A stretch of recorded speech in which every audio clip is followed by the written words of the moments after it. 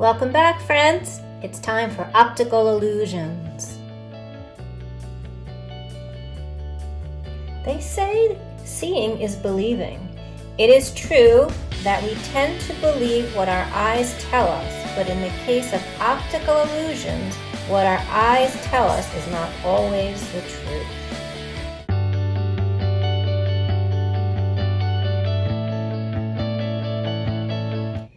In Gestalt organization, the brain has a way of taking incoming visual information, like we see here, and organizing it into a meaningful whole. Do you see the white triangle? When we look at the world in front of us, we don't see everything at once, as this would completely overwhelm your senses. Instead, we focus on the main object known as the figure. Everything else around becomes the ground. A figure ground illusion is an image in which it's unclear what is the figure and what is the ground, so our mind switches back and forth.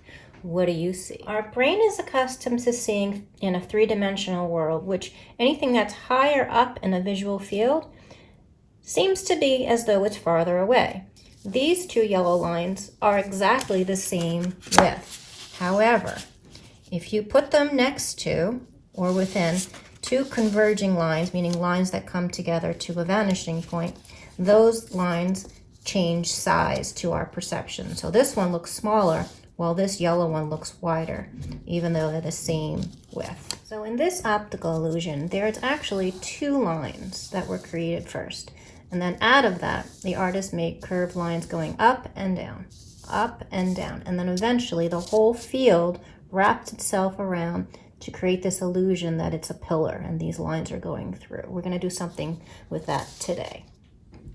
So in these two drawings, they're just tracings of my son's hand and my hand. And I drew lines.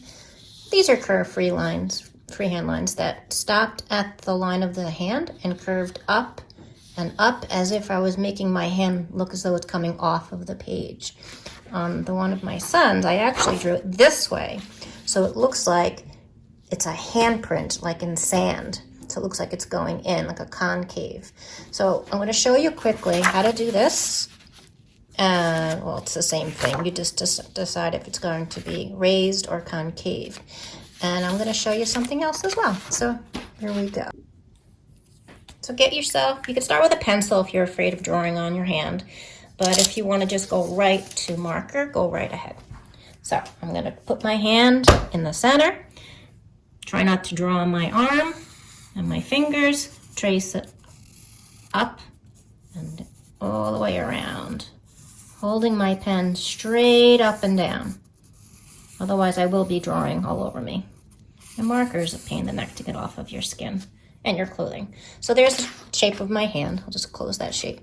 My ring was a little bump there. So you can do it two ways. You can just draw a free line, a freehand line, straight across, and then going up and across. What I'm going to try to do with this one, I'm going to use a ruler this time. Because these I didn't use rulers. I just let the lines be nice, curve, free form. I want to try it, controlling it. So if I use my ruler, I'm going to start somewhere in the middle. Makes it easier for me. And again, I hold my ruler straight.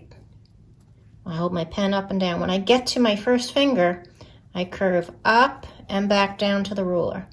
Then I curve back up, and I'm pretending there's a bump there, and then back down to the ruler, and then straight across.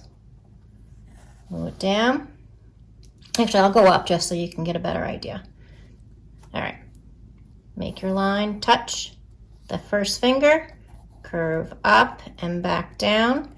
Don't move your ruler. Straight across, curve back up and down, straight across. Back and down, straight across. Keeping your ruler straight, but your fingers are three-dimensional now. I'll show you.